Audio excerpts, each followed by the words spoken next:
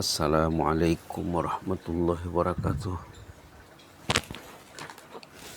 Bismillah walhamdulillah wassalatu wassalamu ala rasulillah wa ala alihi wa sahbihi wa man tabi'ahu walah.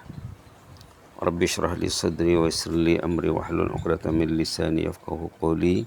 Subhanaka la ilma lana illa ma 'allamtana innaka antal alimul hakim.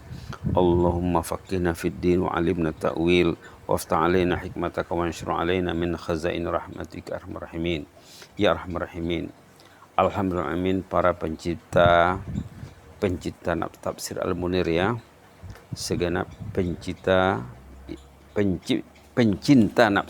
tafsir Al-Munir di mana saja berada, mudah-mudahan kita dapat menjaga kecintaan dan manisnya cinta dari masa ke semasa, dari waktu ke waktu. Kita masih bersama tafsir surah Al-Bayyinah. Hari ini serial yang ke-6, insyaallah, halaman 342 edisi Malaysia ya, masih bersama ayat nomor 5. Masih bersama ayat nomor 5. Wa ma umiru illa liya'budullaha mukhlishina lahuddin.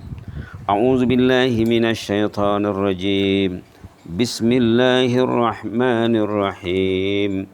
Wa ma umiru illa liya'budullaha mukhlishina lahuddin hunafa'a wa yuqimus salata wa yu'tuz zakah wa dzalika dinul qayyimah. Shadaqallahul azim. Orang itu hanya disuruh, digesa untuk beribadah kepada Allah dengan ikhlas. Dengan ikhlas. Kita disuruh dan digesa beribadah dengan ikhlas. Pada dasarnya ayat ini ditujukan kepada kaum Yahudi dan Nasrani yang disorot dalam ayat-ayat sebelumnya. Tapi di sini walaupun pada dasarnya untuk Yahudi dan Nasrani, sebenarnya untuk semua umat Al-Quran juga. Mereka dituntut untuk beribadat kepada Allah. Kerja kita ini ibadah. Wa ma umiru illa liya'budullah. Kerja kita ini ibadat. Tidur ibadat, kerja ibadat, salat ibadat, tilawah itu ibadat. Liya'budullah, untuk beribadat kepada Allah mukhlisin. Ikhlas betul-betul murni karena Allah. Mengikhlaskan ibadat karena Allah. Hunafa, agama Islam yang terhindar daripada kesesatan, agama yang betul.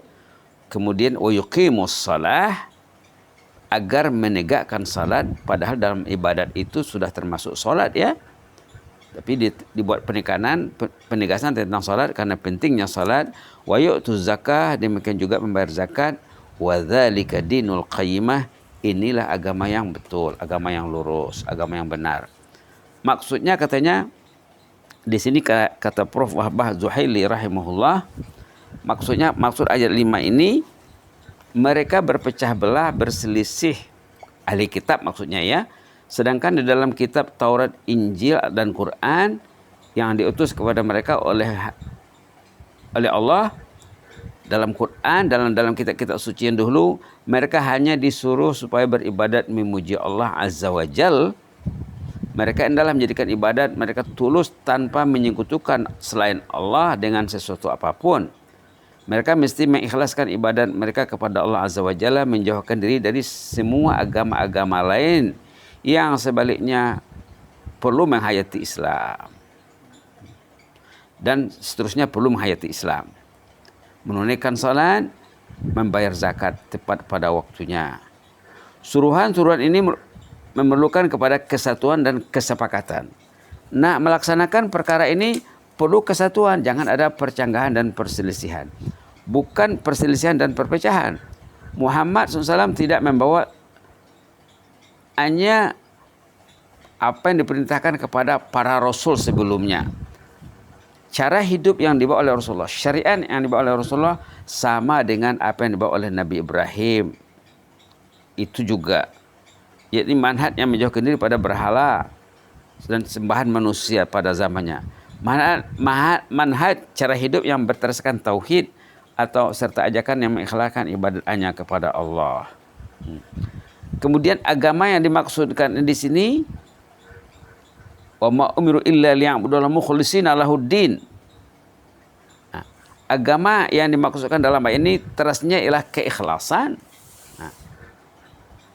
Keikhlasan kepada Allah, meninggalkan segala bentuk penyembahan selain Allah. Jangan ada sekutu selain Allah. Jangan bercampur niat ibadat itu dengan selain Allah. Menunaikan sholat 5 waktu dan mengeluarkan zakat kepada orang yang memerlukan. Kemudian wa ma umiru illa liya'budullah. Wa ma umiru, mereka tidak disuruh. Apa maksudnya di sini? Mereka tidak diperintahkan di dalam kitab Taurat dan Injil, melainkan agar mereka menuruti agama yang lurus. Dengan kata lain, apa yang disyariatkan kepada mereka disyariatkan juga kepada kita. Sama isinya. Maksud yang lebih tepat sebagaimana yang disebutkan oleh Al-Imam Razi dalam karyanya, ialah ahli kitab tidak diperintahkan di dalam Quran atau melalui perintah Nabi Muhammad SAW, melainkan agar mereka melaksanakan arahan yang sama seperti di atas, sama dengan agama mereka. Karena dengan memahami ayat seperti ini mengutamakan pengertian wujudnya syariat baru. Bukan ada syariat baru, syariatnya sama. Ajaran syariatnya berbeza sedikit, tapi ajaran intinya sama. Mentafsirkan kalamullah dalam bentuk yang menafikan faedah yang lebih banyak tentu lebih baik dan utama. Ia juga bersesuaian dengan firman Allah dalam surah Bayyinah juga, hatta ta'tiyahumul bayyinah, sehingga mereka didatangi hujah yang jelas, yaitu Rasulullah SAW. Subhanallah. Rasulun minallahi yatlu suhufan mutahharah. Rasul yang membawa suhuf yang suci. Ayat ini membuktikan bahwa perpecahan dan kekufuran adalah hasil perbuatan tangan mereka sendiri. Kenapa mereka berpecah, berselisih paham? Itu karena kerja mereka sendiri katanya. Perbuatan tangan mereka sendiri berdasarkan firman Allah, melainkan setelah datang kepada mereka bukti yang jelas, mimba di maja'umul bayinah. Sebelum datang Rasulullah, mereka bersatu menunggu kemunculan Rasulullah. Tapi ternyata bila Rasulullah sudah muncul, sudah lahir, sudah dibangkitkan, terjadilah perselisihan di sana. Ayat ini bertujuan untuk melegakan hati Rasulullah SAW. Ini menghibur Rasulullah SAW. Jangan risaulah katanya, wahai Muhammad. Janganlah disebabkan perpecahan mereka itu menyebabkan kamu, wahai Muhammad, merasa duka cita dan bersedih hati. Perpecahan mereka ini bukan lantaran kekurangan hujah, sebaliknya disebabkan kedegilan mereka sendiri. Beginilah keadaan nenek moyang mereka yang berselisih tentang hari Sabtu zaman dulu ya.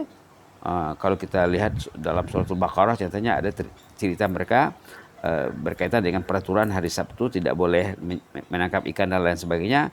Mereka langgar juga. Menyembah anak lembu katanya. Itu perbuatan mereka sendiri. Setelah jelas bukti dan keterangan pada mereka itu mengenai kedatangan Rasulullah Sallallahu Alaihi Wasallam. Baik, seterusnya ayat ini juga wa ma umiru liya'budullah atau wa ma umiru illa liya'budullah, mereka hanya disuruh untuk menyembah Allah dengan ikhlas. Ayat ini juga menjadi dalil bahwa setiap perkara yang diwajibkan mestilah diniatkan. Ini berkenaan dengan niat nih. Ini bab niat. Ini ulasan Profesor Dr. Wahbah Zuhaili. Perkara yang wajib kalau dikerjakan mesti berniat.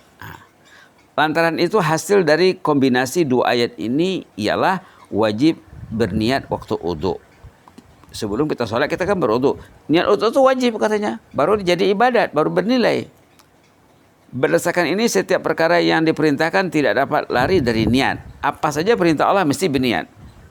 Setiap individu hendaklah mengharapkan keridhaan Allah untuk semua amalannya. Liya'budullah, untuk menghadap ridha Allah.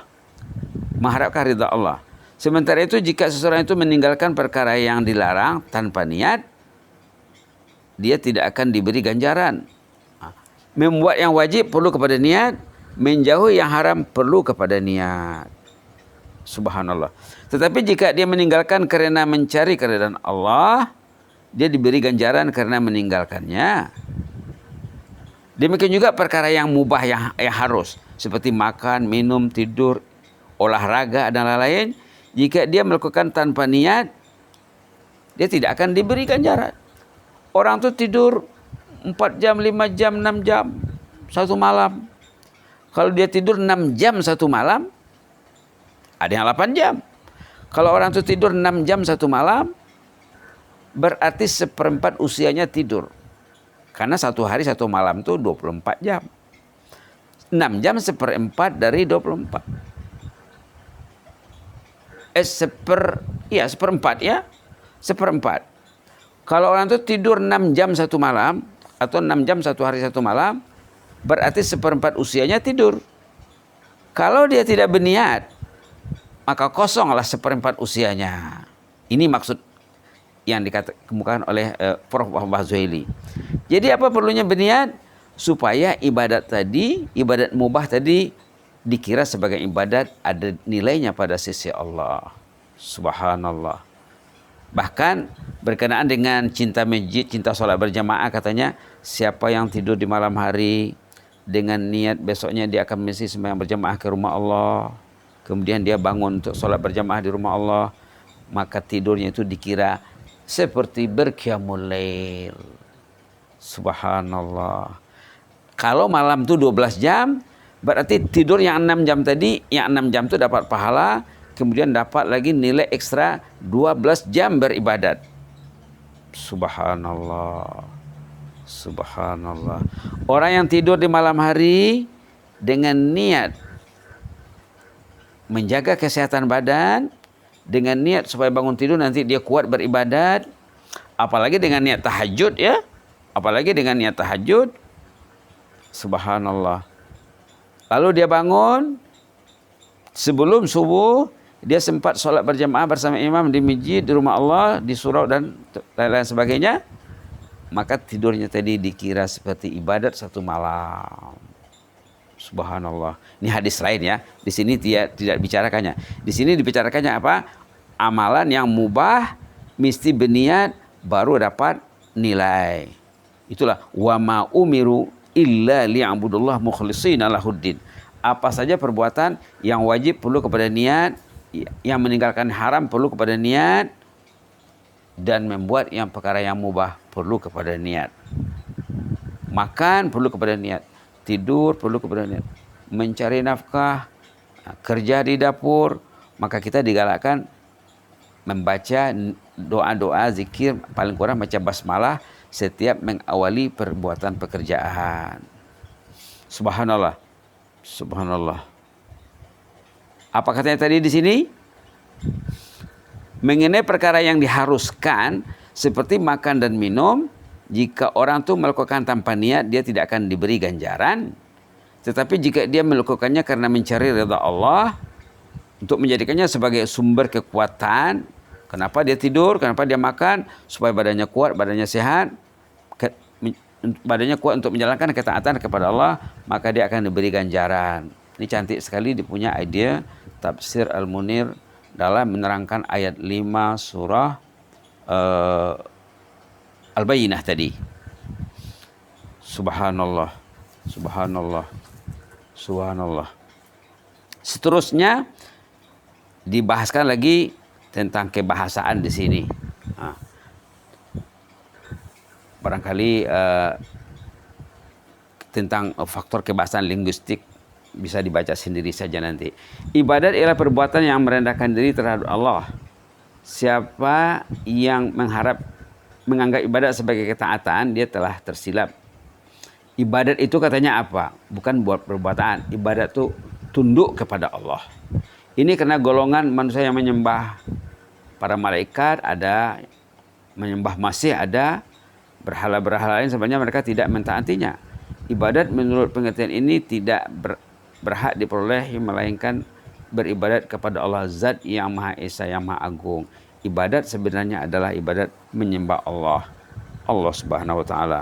Mudah-mudahan ada masa besok, ada kesempatan Allah mengizinkan kita untuk terus bersama Tafsir Al-Munir dengan niat mengisi masa dengan ilmu, karena bahaya kalau berlalu satu hari ilmu tidak bertambah, berarti orang terugi. Subhanallah. Mudah-mudahan Allah merahmati kita, tetap terikat dengan majelis ilmu, dengan tafsir Al-Quran, dengan program-program lain juga. Amin rabbal alamin. Allahumma zidna wa la tanqusna wa akrimna wa la tuhinna wa a'tina wa la tahrimna wa athirna wa la tu'sir alaina wa adina wa arda'ana ya karim. Na'udzu biridhaka min sakhatik wa bimu'afatika min uqubatik wa na'udzu bika mink la nuhsi sanan 'alaika anta kama asnaita 'ala nafsik. Allahumma ighfir lana dzambana kullah. Allahumma ighfir lana dzambana kullah. Allahumma ighfir lana dzambana kullah dikkahu wa jillahu wa awwalahu wa akhirahu wa alaniyatahu wa sirrahu. Allahumma fas sultanana wa iyana wal muslimin. Allahumma fas sultanana wa iyana wal muslimin. Allahumma fas sultanana wa iyana wal muslimin wan nas ajma'in. Subhana rabbika rabbil izzati amma yasifun wa salamun alal mursalin walhamdulillahi rabbil alamin. Jazakumullah khairan wa barakallahu fikum. Inni uhibbukum fillah wa astaudi'ukumullahu alladzi la tadhi'u indahu wada'i'uh. Wassalamualaikum warahmatullahi wabarakatuh.